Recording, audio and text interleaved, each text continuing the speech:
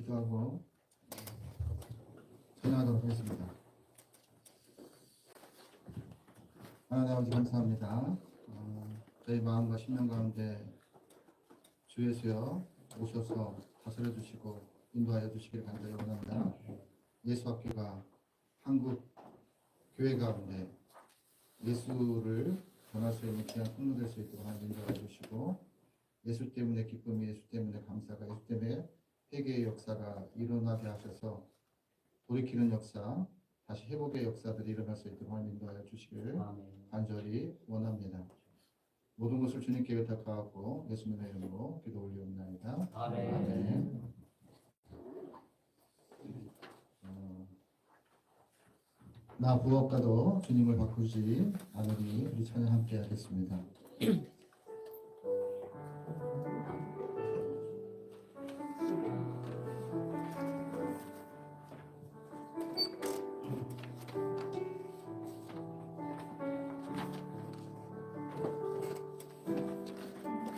나도 주님을 바꾸지 않으리.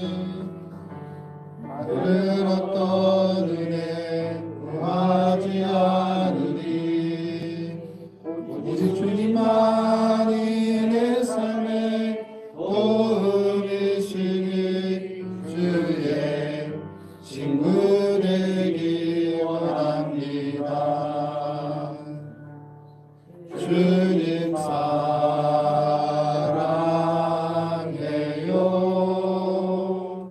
온 마음과 정성 다해 하나님의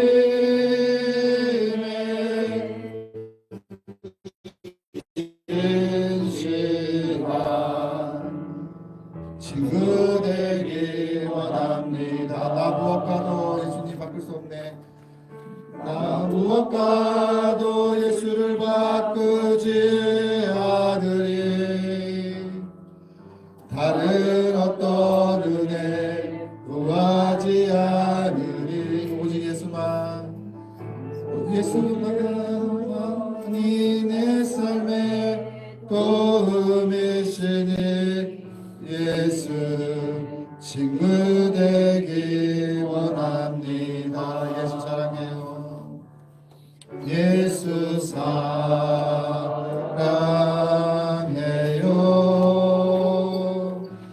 온 마음과 정성 다해 예수님의 신실한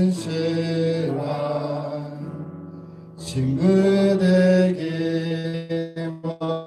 원합니다. 그렇습니다. 세상에 어떤 것보다도 예수님과 바꿀 수 있는 것이 아무것도 없습니다. 예수 그리스도의 소중함과 보배로움을 우리가 깨달을 때 가치 있는 인생, 가치 있는 주님의 백성으로 이 땅을 회복시키는 귀한 도구가 될 수 있습니다. 우리 살아계신 주 하나님 앞에 찬양 올리겠습니다.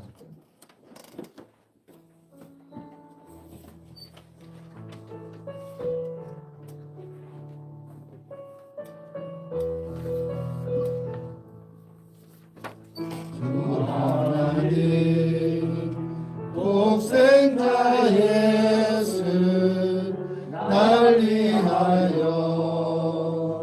오시었네. 내 모든 죄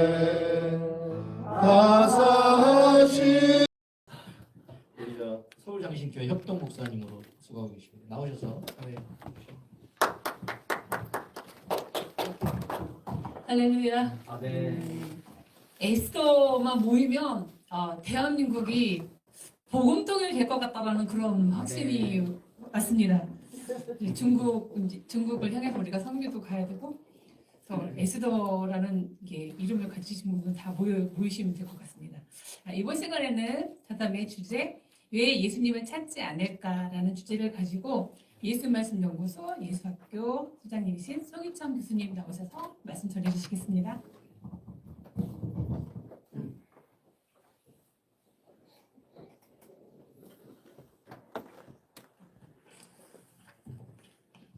네, 감사드립니다. 예수학교가 드디어 시간을 제자리에 찾아가는 것 같아요. 네, 지난주 주보에 12시 30분에 식사로 되어 있는데 아마 그 어간쯤 식사하지 않을까 하는 생각을 합니다. 오늘 또 대전에 내려가야 될 이경희 목사님 차편이 있기 때문에 제 조교였었는데 또 이렇게 대전에서 올라왔어요. 저 한번 잠깐 일어나세요. 네, 박수하겠습니다. 네. 아직 싱글이라 남편 값을 찾고 있거든요. 여러분 좋은 남편 있으면 제가 한참 창창할 나이기 때문에 결혼할 수 있도록 꼭 그렇게 여러분이 중매해 주시면 감사하겠습니다. 예수학교가 이번에 예수님을 찾아서 이렇게 주제를 정했는데, 그래서 지난번에 우리가 모이면서 이제 우리 이재용 원장님도 말씀해 주셨는데, 예수님이 두 번째 예루살렘 성전에 올라간 일이 보도됐죠. 누가복음 2장에 예수님이 두 번 예루살렘 성전에 올라간 게 기록됐죠. 처음 예루살렘 성전에 올라가신 것은 난지 8일 만에. 그래서 율례대로 그런 표현이 나와요. 또 성전에 올라가신 것을 알고 모세의 율례대로 시므온과 또 안나가 예수님을 맞이하는 그런 장면이 나오죠. 여기서 유독 우리의 관심을 끄는 게 율례대로 또 모세의 율법대로, 이 표현이 오늘 예수께서 두 번째 예루살렘 성전에 올라가신 기록에 또 나오죠. 그게 바로 누가복음 2장 41절에 나와요. 그 부모가 해마다, 해마다라고 하는 표현 나오죠. 또 6월절에 그 6월절을 따라, 6월절의 그 계절을 따라, 또 한 번 나오는 게 6월절의 때를 따라서 세 번이 나와요. 불과 두 절 사이에서 2장 41절과 42절 두 절 사이에서 왜 이렇게 똑같은 비슷한 표현을 반복할까? 그만큼 유대인에게 있어서 절기가 중요한 거예요. 그런데 이 절기는 특별히 어떤 절기냐면요, 6월절이에요. 오늘 제가 6월절을 강조하는 이유는요, 이번 주 지나고 오는 주일이 우리는 종료주일이잖아요. 고난주간이 시작되잖아요. 그런데 그 주간이 유대인에게는 6월절의 시작이에요. 그래서 여러분들이 6월절을 준비하셔야 되기 때문에, 또 여기 목사님들이시고 또 전도사님들이시기 때문에 오는 주일에 다 종료주일을 강조하겠지만 그 배후에는 율례가 있는 거다. 유대인의 율법이 있는 거다. 그래서 6월절이 시작되는데, 6월절은 그 말의 뜻이 넘어갈 이유, 건널 월, 넘어가고 건너가는 절기, 바로 그게 6월절이잖아요. 이 단어는 히브리어로 페샤흐라고 불러요. 한번 따라하겠어요. 페샤흐. 네, 이 페샤흐가 넘어간다는 말이에요. 영어로 얘기하면 여러분 많이 들어보셨죠? 턴 오버, 돌아서 넘어가는 거예요. 그게 왜 그러냐 하면요, 지금은 유대인도 유월절을 그렇게 안 지켜요. 그런데 이스라엘 백성들이 출애굽할 당시 마지막 재앙이 애굽의 장자를 치는 거잖아요. 그런데 이스라엘 백성들이 애굽에 종살이한 지 너무나 오랜 시간이 지났기 때문에 이게 유대인인지 애굽인인지 구분이 안 돼요. 그래서 하나님께서 모세를 통해서 명령을 하셨는데 양의 피를 잡아서 문설주에 바르면 그것을 보고 애굽의 장자를 칠 때 이 집은 이스라엘 집이구나. 그걸 알고 와서 돌아서 넘어갔다 이거예요. 그게 유월절이에요. 이 유월절을 헬라어는 제가 헬라어 성경을 갖고 왔는데 헬라어는 뭐라고 번역을 해놨냐면요. 한번 따라하겠어요. 파스카. 여러분 많이 들었던 파스카라고 비슷하죠? 파스카는 아니고 이 파스카라고 하는 이 단어는요. 어떤 뜻이 있냐면 이 헬라 사람들에게는 지나간다는 의미예요. 그러니까 6월절에 히브리어는 페샤이기 때문에 돌아서 이렇게 넘어간다는 의미가 헬라 사람들한테는 그 의미가 전달이 안 되고 어떤 의미가 전달이 되냐 하면 지나간다는 의미가 전달이 되는 거예요. 그래서 이스라엘 백성들은요. 히브리어를 잃어버린 지 400년이 지났어요.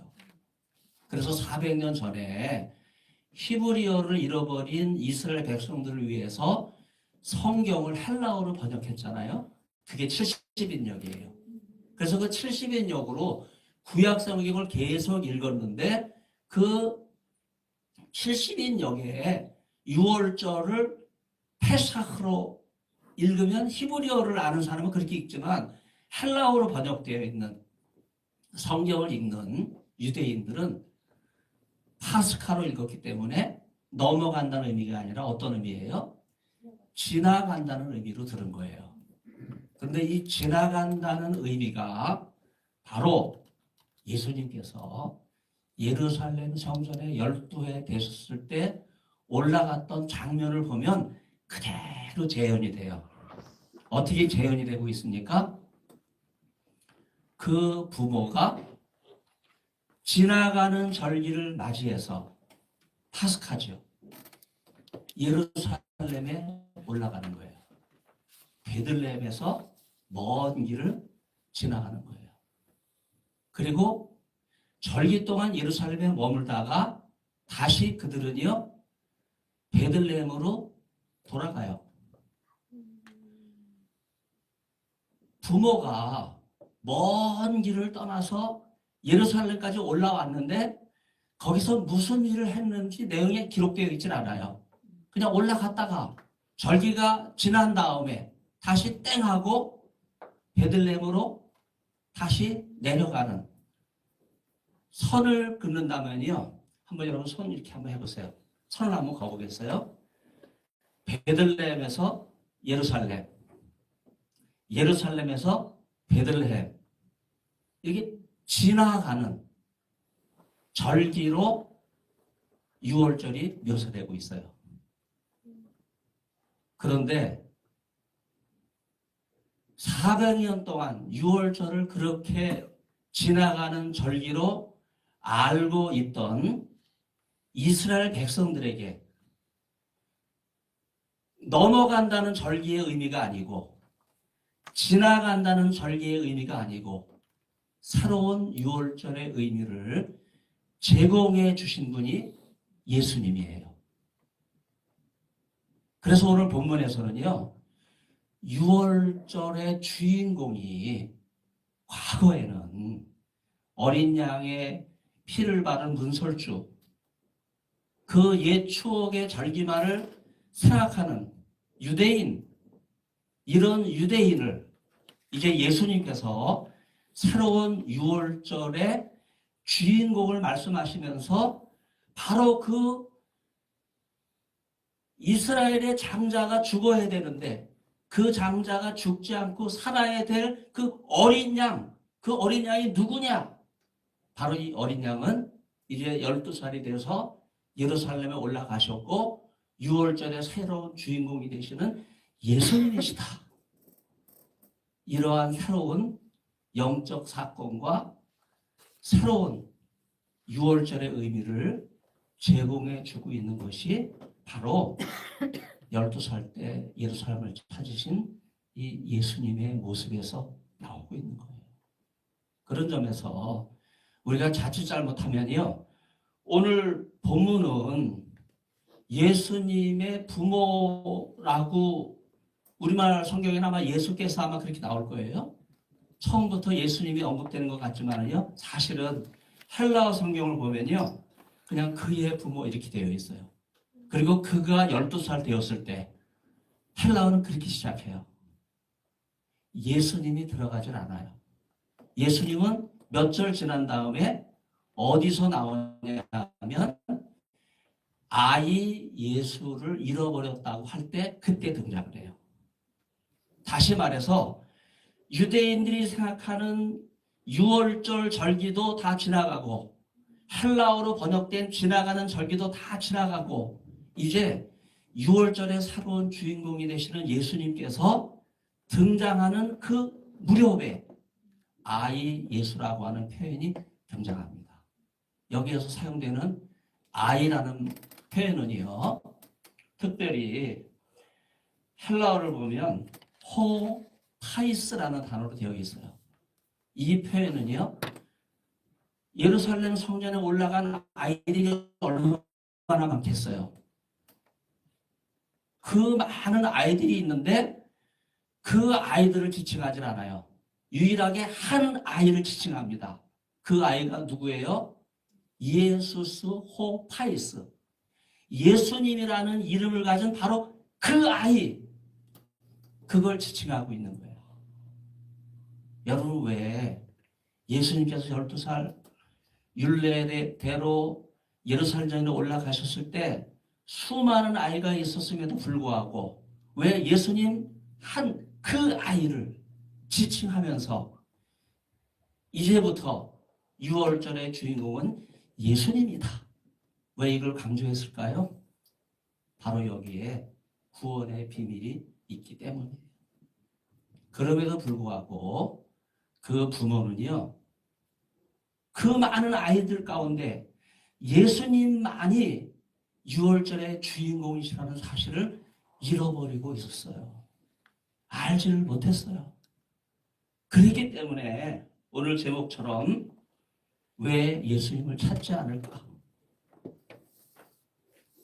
찾았다가 예루살렘에 다시 올라와서 3일 후에 예수님을 찾았을 때 그 부모가 예수님에게 하는 말이 뭐예요?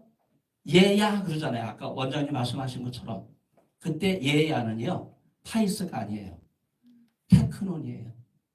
테크논은 어떤 의미 아닙니까? 얘는 내 자식이야 그 말이에요. 얘는 내 소유다 그 말이에요. 다시 예수님을 찾은 그 부모는요, 6월절의 주인공이신 예수님을 알아보질 못했어요. 그러나 예수님은 6월절의 주인공이에요. 여러분, 성전에 계속해서 머물러 계신 예수님은 왜 성전에 계셨을까? 그 이유는 한 가지죠. 바로 6월절의 주인공이시기 때문에 그래요. 그래서 이번 주일부터 유대인들이 이제 6월절을 지키기 위해서 요란할 거예요. 통곡의 벽에 가서 금식하면서 수많은 사람들이 집중할 거예요. 그런데 예수를 잃어버렸어요. 6월절의 주인공은 더 이상 유대인에게는 예수님이 아니에요. 여러분, 아마 좀 영적으로 걱정하시는 분들은 이런 생각하실 거예요. 아니, 이상하게 세계일보, 국민일보 4개 일간지에 6월절을 지켜야 된다는 광고를 했는데 그 광고가 하나님의 교회예요. 여러분, 하나님의 교회가 예수님의 교회가 아니에요. 그 하나님의 교회는요, 하나님의 어머니 교회예요. 더 쉽게 말씀드리면요, 안상홍 교회예요. 안상홍 죽었잖아요. 안상홍을 따르는 무리들이 지금 6월절을 확신하고 지켜야 된다. 이런 주장을 하면서 신문지상에 광고를 냈는데 그뿐만이 아니에요. 지난주 토요일부터 대대적으로 벚꽃 축제를 하는 데서 그 광고 전단지를 나눠주고 있어요. 그거를 딱 저한테 주길래 딱 보자마자 예수 똑바로 믿으라고. 안상홍이 재림주가 아니잖아. 예수님을 믿어야지. 6월절의 주인공은 예수님이지 안상홍이 아닌데 정신 차리라고 제가 한마디 딱 했어요.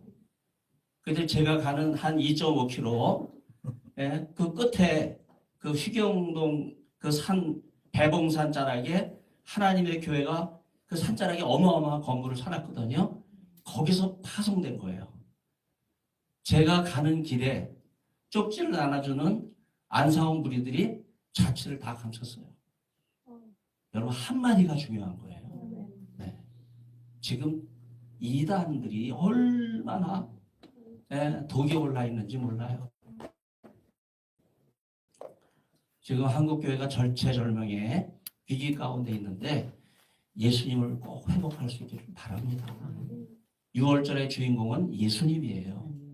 그래서 예수님이 6월절의 주인공이 돼서 새롭게 만날 수 있기를 바랍니다. 그래서 아까 선을 걷는데 제가 선을 한번 회복하겠어요. 일직선이 아니라 일직선을 가면서 한번 돌려보겠어요. 이렇게 한번 돌려보겠어요. 이렇게 돌려보세요. 이렇게 돌려보세요.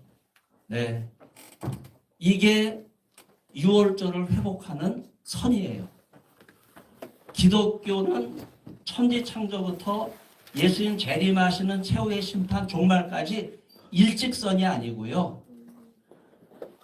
회개하며 무릎 꿇고 다시 하나님 앞에 그 본래의 뜻을 생각하면서 회전하면서 계속해서 나가는 것이 기독교의 6월절입니다.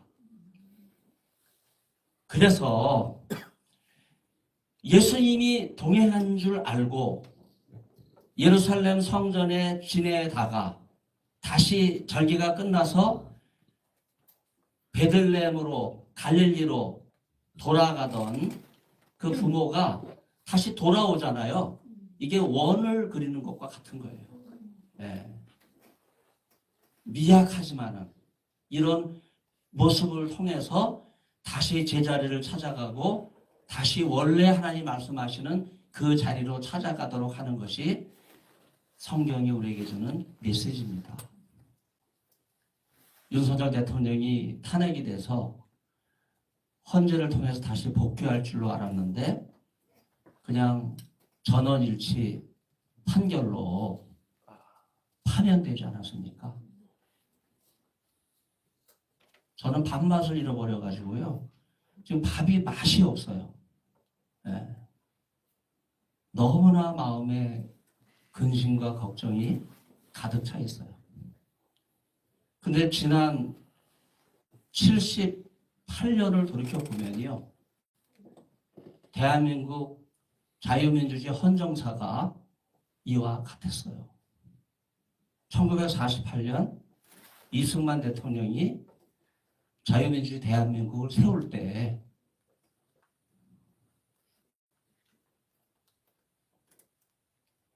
자유민주주의를 모르는 백성들이 대부분이었어요.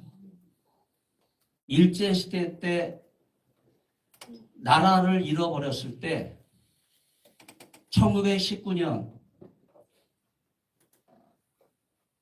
김이 독립선언을 통해서 독립운동을 시작하기 무려 15년 전에 이승만 대통령은 한성 감옥에서 독립이라는 단어를 제일 먼저 사용한 사람이에요. 그리고 그가 1776년 미국 독립선언을 깊이 연구하면서 이게 지난주에 우리 조평세 박사는 그쪽에도 언급하지 않았지만 제가 미국 독립선언서를 연구해 보니까 구약 신명기를 인용하고 있어요. 구약 신명기는 뭐예요? 모세의 설교로 이스라엘 백성들이 애굽의 압제로부터 어떻게 하나님의 택한 선민, 백성으로 애굽을 탈출하고 가나안 땅으로 들어가는 그 여정의 순간순간마다 주신 그 메시지 아닙니까? 바로 그게 자유와 독립의 메시지예요. 이 메시지가 미국 독립선언서에 스며들어가 있어요. 바로 그걸 연구한 사람이 이승만 대통령입니다. 그는 장로예요. 그리고 1948년에 얼마나 많은 그 공산당들이 남한에서 준동하고 있었어요. 그때 나라를 세운 거예요. 그리고 여수 순천 반란 사건, 그리고 제주 4.3 사건. 여러분, 이때가 1948년 한국의 건국을 뒤흔드는 그런 사건이 있을 때거든요. 이걸 잠재우면서 하나님의 말씀을 가지고 자유민주주의 대한민국을 세우니까 이승만 대통령이에요. 저희 친척 가운데 가장 가까운 그 처할아버지는요, 45년 일제 통일되고 해방되고 3년 동안 평양 북쪽의 선천에 그대로 머물러 있었어요. 의사이기 때문에. 일제시대 때 한국에는 의대가 없으니까 의사 될 사람은 동경의대로 유학을 보냈거든요. 그래서 일본 사람은 4년을 가르쳤지만 한국 사람은 조선진이라 열등한 민족이라고 생각해서 3년만 가르쳐가지고 의사 면허를 한국에서만 대업할 수 있도록 그렇게 주고 한국을 보낸 거예요. 그래서 처할아버지가 1948년까지 북한 공산당 정권이 수립될 때까지 45년 해방 이후 3년을 의사를 하고 있었어요. 어떤 마음으로 의사를 하고 있었냐면요. 그래도 평양 장신대가 있고 평양 장대째 교회가 있고 예루살렘이 든든하게 평양이 새 예루살렘이니까 설마 교회가 무너질까? 근데 3년 동안 지켜보면서요. 교회가 다 무너지는 현장을 확인한 거예요. 그리고 남한의 자유민주주의 대한민국 정부가 세워졌다는데 부럽다. 그런 생각을 갖고 있는 찰나에 아침에 병원 문을 여는데 청년이 붉은 완장을 차고 권총을 들이대면서 이 의사를, 홍성은 의사를 위협을 했어요. 뭐라고 위협했냐면 이 부르조와 종갓나 새끼, 내가 저녁에 청년 당원들과 함께 올 거니까 모든 돈, 땅 문서 다 준비해 두라오. 그리고 떠났어요. 그 순간 이 홍성은 의사는 마음이 무너진 거예요. 그 청년이 누구예요? 이 청년의 할아버지, 아버지. 그리고 이놈 태어날 때 옛날에 의사는 조산, 산파 역할까지 했기 때문에 얘를 받아준 거예요. 누군지 다 알고 있어요. 근데 붉은 완장을 차고 자기를 구해준 생명의 은인, 대대로 자기 집안을 고쳐준 의사를 적개시하면서 공산당 이념에 물들어 있었을 때 한순간 치를 떨고 이것이 북한 공산당이구나. 그래서 그 순간이요. 연락을 했어요. 그래서 그 당시는 트럭을 뭐라고 부르냐면 도라꾸라고 불렀죠. 일본 말로. 그 앞에 재무시 도라꾸라 그래요. 재무시는 GMC예요. GMC 트럭 5대를 수비해서 일가 친척 전부 다 차를 타고 집문서 땅문서만 수북하게 챙겨가지고 소련 돈을 주면서 소설을 넘고 38선을 넘어서 대한민국에 온 거예요. 그러니까 제가 장례식까지 모셨는데 미국에서 목회할 때 나중에는 목사님이 되셨어요. 근데 의사가 월남에서 의사 병원을 차리면 얼마나 잘 살아요. 그런데 이런 말을 늘 하시더라고요. 머리 검은 짐승은 거두지 말라. 그리고 의사를 포기하고 남산에 있는 신학교를 들어가신 거예요. 그리고 목사가 됐어요. 제가 그 처가로 말하면 4대 목사예요. 제 딸로 치면 이제 5대 목사가 된 거죠. 여러분, 한 번 공산화 되고 이념화 되면 북한에 교회가 없잖아요. 다 무너지는 거예요. 지금 대한민국도 78년이 지난 현재 저는 똑같은 상황이라고 생각합니다. 강양욱의 후예라는 말 아세요? 강양욱은 김일성의 외삼촌이에요. 이 자가 평양신학교를 나왔는데 일본 순사들을 대동해서 평양에 있는 장로회 신학교를 겁박하고 신사참배를 받아들이도록 한 거예요. 그리고 청해가 신사참배를 결의를 했어요. 그 순간 어떤 상황이 벌어졌습니까? 우상숭배를 받아들인 평양신학교와 한국교단은요, 문을 닫은 거예요. 그리고 1950년 6월 25일 김일성이 소련제 탱크를 몰고 주일 새벽에 수도 서울을 3일 만에 무너뜨리고 낙동강 전선까지 밀고 내려갔을 때 여러분 이 일을 사주한 사람이 누군지 아세요? 김일성의 외삼촌 목사 강양욱이에요. 여러분 한국교회 그리고 장신대가 한 번도 이 강양욱에 대해서 회개한 적 없습니다. 우리 통합교단이요 신사참배를 결의한 것을 회개합니다 하면서 단 한 번도 공식적으로 회개를 인정한 적이 없어요. 지금 장로회 신학대학교와 제가 속한 통합교단이 강양욱의 후예예요. 지금도 이념 전쟁은 계속되고 있습니다. 교회에서 예수님이 사라지면 2년밖에 안 남아요. 6월절을 맞이해서 예수님을 회복하는 한국교회가 될 수 있기를 바랍니다.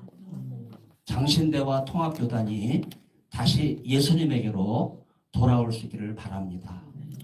예수님 앞에 무릎 꿇고 우리의 설교와 우리의 신앙 고백과 우리의 간증의 중심이 어린 양 예수 그리스도 중심으로 회복이 될 때 그때 한국교회는 새로운 부흥의 역사가 일어나게 될 줄로 믿습니다.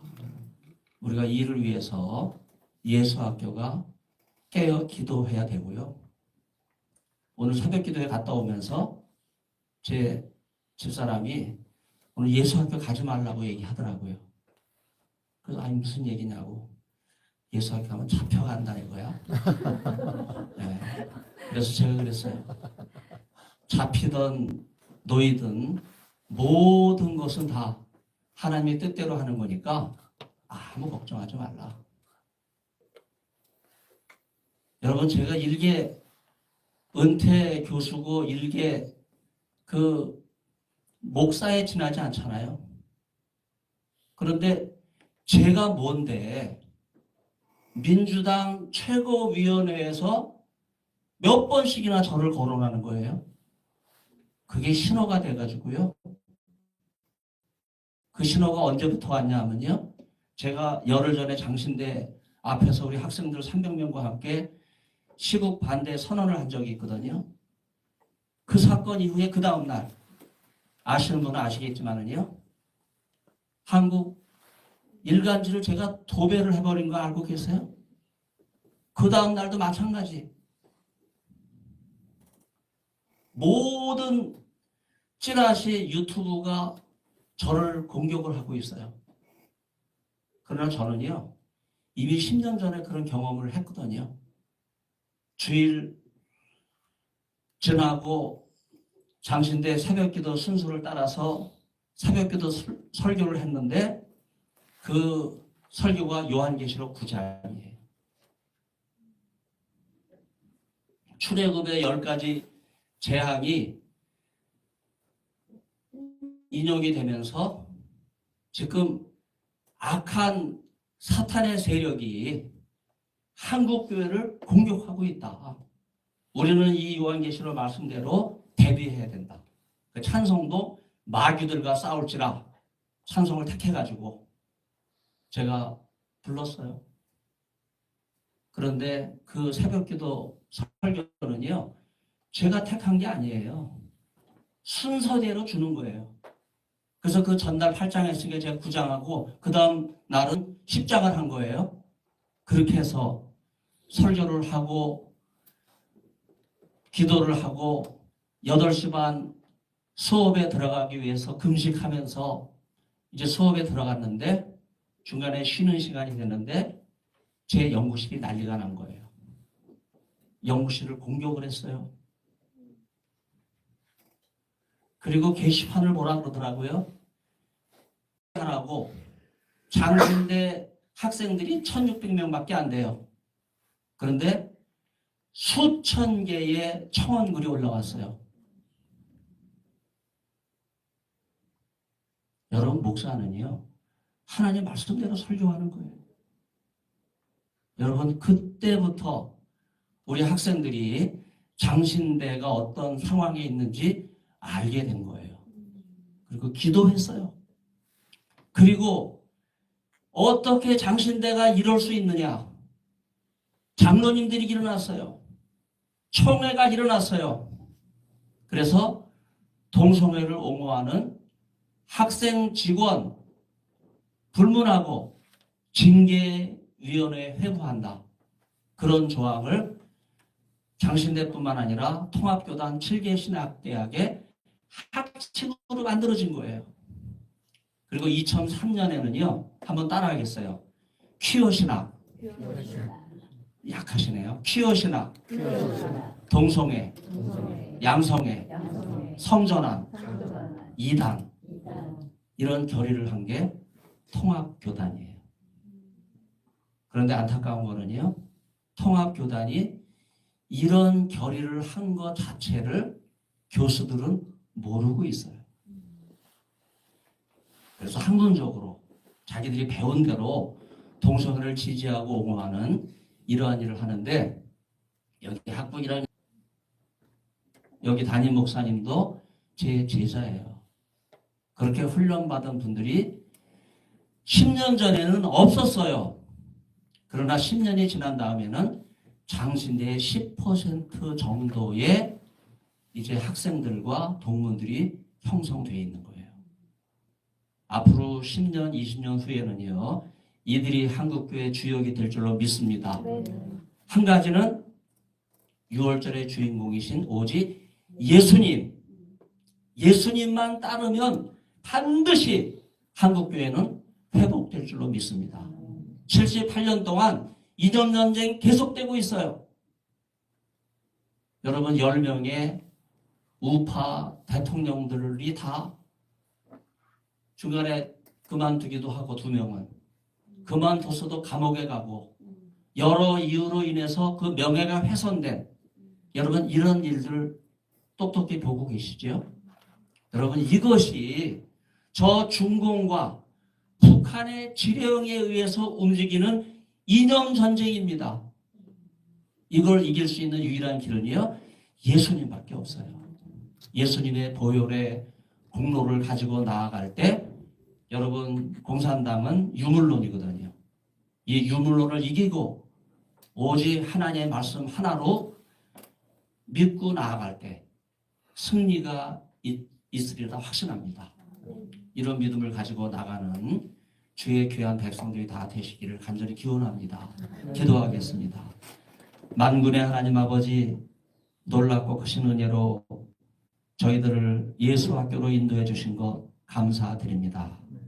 하늘의 미랄이 죽지 아니하면 하늘 그대로 있고 죽으면 많은 열매를 맺느니라 말씀해 주셨사오니 우리가 예수님처럼 자기의 가장 귀한 생명 주를 위해서 내놓게 해주시고 순교를 각오하며 주님의 몸된 교회를 지킬 수 있도록 축복하여 주옵소서. 이 땅에 무너진 교회마다 예수님께서 찾아가셔서 회복시켜 주시옵소서. 특별히 너무나 낙심한 가운데 있는 한국교회 기도하며 부르짖는 성도들의 안타까움을 주님 들어 응답해 주셔서 이제는 예수님의 무리들이 일어나게 도와주시고 하나님의 나라가 예수님의 말씀에 굳게 세워지는 그날이 속히 올 수 있도록 다시 한번 이 땅의 거룩한 구루터기가 되는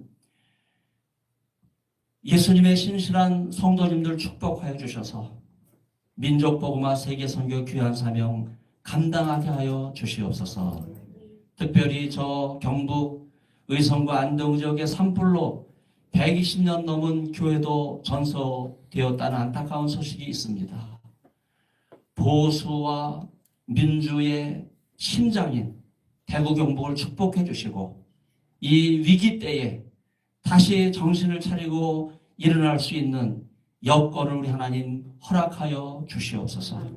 이 어려운 때 하나님 앞에 기도함으로 나온 예수학교 주의 귀한 십자가 군병들에게 은혜 베풀어 주셔서 한국교회가 새롭게 회복되는 거룩한 씨앗이 될 수 있도록 축복하여 주옵소서.